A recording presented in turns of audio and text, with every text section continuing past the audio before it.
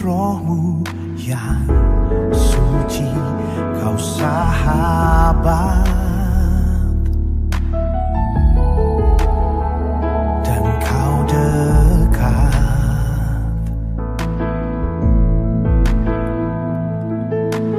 Bahkan seluruh pengabdianku tak bisa membalas kesetiaanmu, sungguh mulia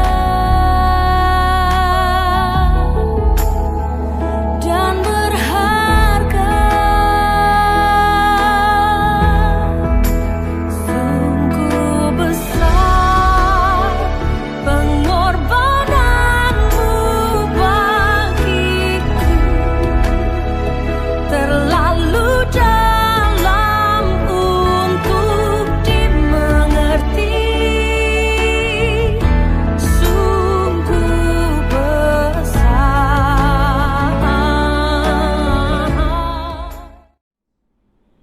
Shalom jemaat yang dikasihi oleh Tuhan kita Yesus Kristus, jemaat GPKP Klasis Jakarta Kalimantan dimanapun kita berada. Berjumpa lagi dalam program Sapaan Teduh. Sebelum kita mendengarkan firman Tuhan yang menyapa kita di pagi hari ini, mari kita satukan hati kita bersatu di dalam doa. Marilah kita berdoa.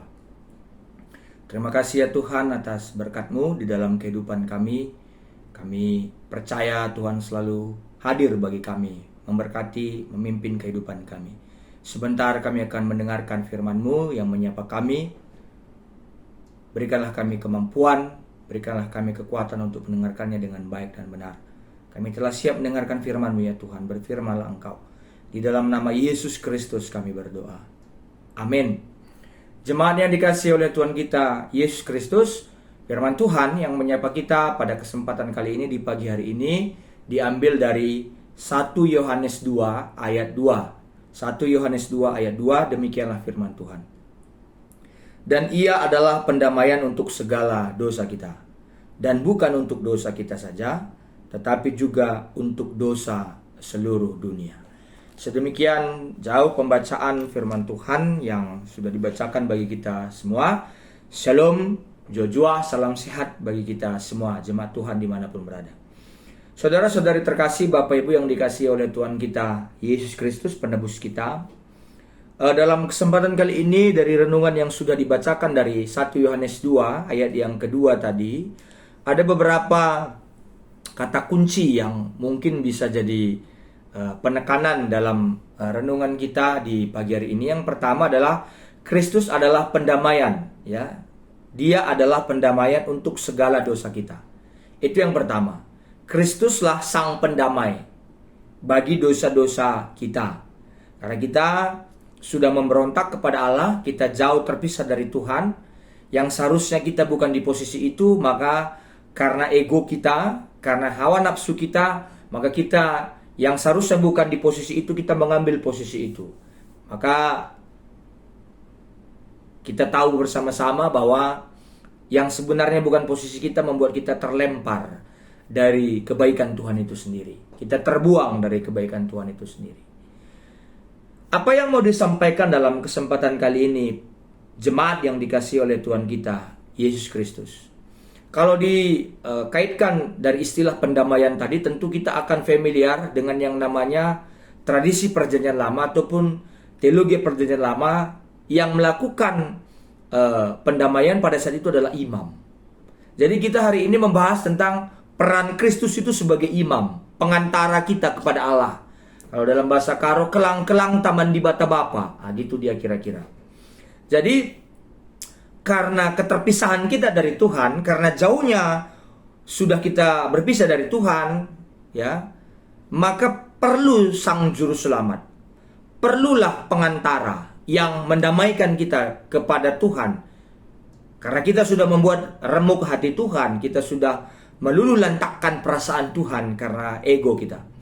Saudara-saudari yang terkasih dalam nama Tuhan kita Yesus Kristus, kenapa harus Kristus yang mendamaikan kita? Kenapa harus begitu? Saya ingin memberi penekanan dalam kesempatan kali ini. Sebegitu seriusnya lah dosa yang sudah kita kerjakan, yang melukai hati Tuhan, yang sangat mengecewakan hati Tuhan, Sang Pencipta kita. Kita tidak tahu diri. Karena kita tidak tahu diri, maka kita berdosa. Apa maksudnya? Ya, kita ingin mengambil posisi Sang Pencipta, padahal kita ciptaan. Itulah awal mulanya dosa. Dosa itu selalu berkaitan dengan tidak tahu diri. Tidak pernah merasa tahu diri dalam kehidupan ini. Kapanpun ketika kita tidak tahu diri, kita tidak akan pernah bersyukur dalam menjalani hidup atas pemberian yang Tuhan beri dalam kehidupan kita. Nah, untuk itulah Kristus hadir sebagai manusia, mendamaikan kita kepada Allah. Dia hadir sebagai manusia, dia memberikan contoh bagi kita bagaimana seharusnya manusia yang tahu diri, bagaimana manusia yang rendah hati, bagaimana manusia yang menempatkan diri di hadapan Allah penciptanya. Ya, tentu kita akan belajar dari situ. Nah, saudara-saudari yang terkasih dalam nama Tuhan kita Yesus Kristus, kenapa sangat penting sekali kita belajar akan teks 1 Yohanes 2 ayat 2 pada renungan kita di pagi hari ini, ya. Kristus sebagai pendamai yang mau ditekankan dalam renungan kali ini fokusnya begitu seriusnya lah dosa dan kemarahan Allah terhadap kita, maka harus ada pendamai. Maka itulah yang ditanggung oleh Yesus. Salah satu alasan mengapa kita sulit untuk menerima akan pengajaran tentang kemarahan Allah sehingga perlu ada pendamai dalam kehidupan ini, karena kita tidak mau lagi mendengarkan yang kita hanya mau mendengarkan yang enak-enak saja, yang enak didengar oleh telinga. Kita tidak pernah mendengarkan teguran, kita tidak pernah mau mendengarkan kritikan, kita tidak pernah mau mendengarkan hal-hal yang membangun kehidupan kita. Kita tidak pernah mau capek-capek lagi. Kami sudah capek dari hari Senin sampai Sabtu, kenapa hari Minggu masih diberikan lagi khotbah tentang dosa, khotbah tentang penghakiman? Memangnya pendeta itu sudah benar? Memang pendeta nggak benar, tapi dia sedang menyuarakan tentang suara Allah. Suara Allah itu selalu berbicara tentang penghakimannya Allah, bahwa kita sudah jauh dari Tuhan, dan kita memang harus menjadi orang yang terhukum. Tapi karena kita tidak mampu menghadapi penghukuman itu, maka harus Kristuslah yang menggantikan kita terhukum di kayu salib. Dia sebagai pendamai kita. Saudara-saudari yang terkasih dalam nama Tuhan kita Yesus Kristus, kenapa kita tidak lagi peka akan kebutuhan kita, akan pendamaian dalam kehidupan ini? Karena kita telah kehilangan rasa jijik terhadap dosa seperti yang dicatat dalam Alkitab. Kita tidak lagi jijik terhadap dosa. Kita tidak lagi peduli terhadap dosa. Bahkan khotbah-khotbah tentang dosa pun tidak pernah lagi dikhotbahkan dalam setiap khotbah-khotbah di hari Minggu ataupun di persekutuan-persekutuan kita. Kita malas dengar yang begituan. Kita malas. Seakan-akan kita merasa diceramahi, seakan-akan kita merasa digurui. Kira-kira begitu. Ya. Sejarah gereja menunjukkan usaha-usaha, upaya-upaya untuk melemahkan ajaran mengenai kemarahan Allah. Kita bilang Allah itu pengasih. Ya benar, Allah pengasih. Tapi di balik kasihnya itu, Dia juga adalah Allah yang adil, menghukum orang yang bersalah. Tapi sampai kapankah kita bisa menghadapi penghukuman itu? Nggak akan bisa. Sampai kapanpun. Maka harus ada Kristuslah sebagai korban pengganti untuk mendamaikan kita kepada Allah Bapa. Apa yang harus kita renungkan dalam kesempatan kali ini, dan bukan hanya dosa kita saja yang ditebusnya, kata 1 Yohanes 2 ayat 2 tadi, tapi juga dosa seluruh dunia, maka dikatakanlah Kristus itu adalah juru selamat dunia. Apa yang bisa kita renungkan, saudara-saudari terkasih? Kita akan banyak kehilangan arti penting dari kematian Kristus jika kemarahan Allah tidak diperhitungkan. Maka hidup kita akan jadi hidup yang main-main. Kita tidak akan mengerjakan keselamatan. Karena marah Allah itu, maka harus Kristuslah yang ada di kayu salib. Seharusnya kita di posisi itu. Kita akan kehilangan sebagian dari kebebasan karena pengampunan kalau tidak menyadari bahwa kemarahan Allah atas dosa kita telah sepenuh-penuhnya ditanggung oleh Kristus di kayu salib itu. Maka hargailah apa yang dikerjakan oleh Kristus. Maka respon dalam renungan kita pada kesempatan kali ini, maka jadilah agen perdamaian dimanapun kita berada. Ya, berdamailah terhadap semua orang. Ya, Kristus menjadi pendamai, bukan agen perdamaian ya. Karena kalau dibilang perdamaian berarti Allah pun bersalah kan begitu, maka perlu damai-damai. Ini enggak. Kristus pendamai. Karena Kristus tidak bersalah, maka Dia yang bisa mendamaikan kita dengan Allah Bapa. Kalau kita harus berdamai, karena tidak ada orang yang sempurna. Saya pun tidak sempurna sebagai pendeta. Saya pun pernah punya hilaf, punya kesalahan, punya kelemahan. Maka saya harus selalu mengaku salah kepada jemaat-jemaat, kepada semua orang. Dan kita semua pun, jemaat-jemaat, siapapun kita, marilah kita menjadi pelaku perdamaian karena kita sudah mendapatkan pendamaian yang dikerjakan oleh Kristus kepada Allah Bapa. Tidak lagi perlu kita menahan amarah yang harus kita berikan kepada orang lain. Tidak perlu lagi hal yang seperti itu.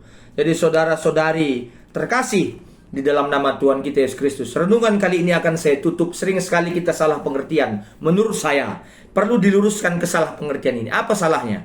Kesalahannya begini. Orang mengira Natal itu adalah perayaan kebahagiaan. Benar, perayaan kebahagiaan. Tapi esensinya Natal itu adalah tentang bagaimana Kristus hadir. Allah hadir di dalam diri Kristus ke dunia ini untuk menjalani penderitaan menuju ke kayu salib sebenarnya. Sah-sah saja kita bersuka cita di dalam Natal, tapi apakah dalam Natal yang kita lalui tahun per tahun, tiap tahun ini apakah berhenti pergumulan? Tentu tidak. Tapi ternyata di balik pergumulan yang tidak berhenti itu, kita pun tidak pernah berhenti bersuka cita. Jadi Natal bukan hanya Kristus hadir sebagai manusia, bukan hanya sekedar perayaan mewah-mewah, tapi Natal adalah perayaan bagaimana kita tetap bersuka cita di tengah-tengah duka cita yang kita hadapi dalam hidup ini. Bahwa Allah hadir, bahwa Tuhan selalu beserta kita, menuntun kita dimanapun kita berada. Selamat Natal, Tuhan memberkati kita semua. Amin. Kita bersatu di dalam doa. Mari kita berdoa. Terima kasih ya Tuhan atas sapaan firman yang boleh kami dengarkan pada hari ini. Kiranya jemaat-Mu yang boleh mendengarkannya dikuatkan, dimampukan untuk terus serius mengerjakan keselamatan yang Tuhan Yesus telah berikan bagi mereka sekali untuk selamanya. Maka kami akan terus menghargai itu. Kami akan mengerjakan keselamatan menjadi orang baik, bukan karena kami ingin terlihat baik, karena kami sudah diperbaiki oleh Tuhan. Terima kasih ya Tuhan. Kami juga berdoa buat jemaat GPKP Runggun Palangkaraya, Pos PI Pangkalan Bun. Tuhan berkati dimanapun mereka berada. Kiranya Tuhan berkati Pendeta Dasma Sejahtera Turnip dan Nora dan anak-anak beserta pergumulan yang mereka hadapi. Lepaskanlah dari itu semuanya ya Tuhan. Kau yang memberikan jalan keluar, solusi. Kau yang memberikan rezeki, memberikan kesehatan, dan yang menguatkan terus Pendeta Dasma Sejahtera Turnip dalam pemulihan atas sakit penyakitnya. Kami juga berdoa buat pertuadiakan jemaat Tuhan dimanapun berada di Palangkaraya dan di Pangkalan Bun. Tuhan berkati supaya boleh bersatu hati untuk memuji dan mempermuliakan nama Tuhan. Terima kasih Bapa atas firman-Mu yang boleh menyapa kami pada kesempatan kali ini. Inilah doa dan permohonan kami yang kami panjatkan dalam satu nama, Yesus Kristus, firman yang hidup yang telah mengajari kami. Doa Bapa kami mari kita ucapkan bersama-sama. Bapa kami yang di sorga, dikuduskanlah nama-Mu. Datanglah kerajaan-Mu, jadilah kehendak-Mu di bumi seperti di sorga.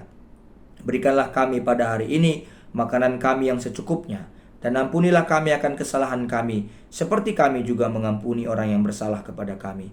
Dan janganlah membawa kami ke dalam pencobaan, tetapi lepaskanlah kami daripada yang jahat. Karena Engkaulah yang mempunyai kerajaan dan kuasa dan kemuliaan sampai selama-lamanya. Amin.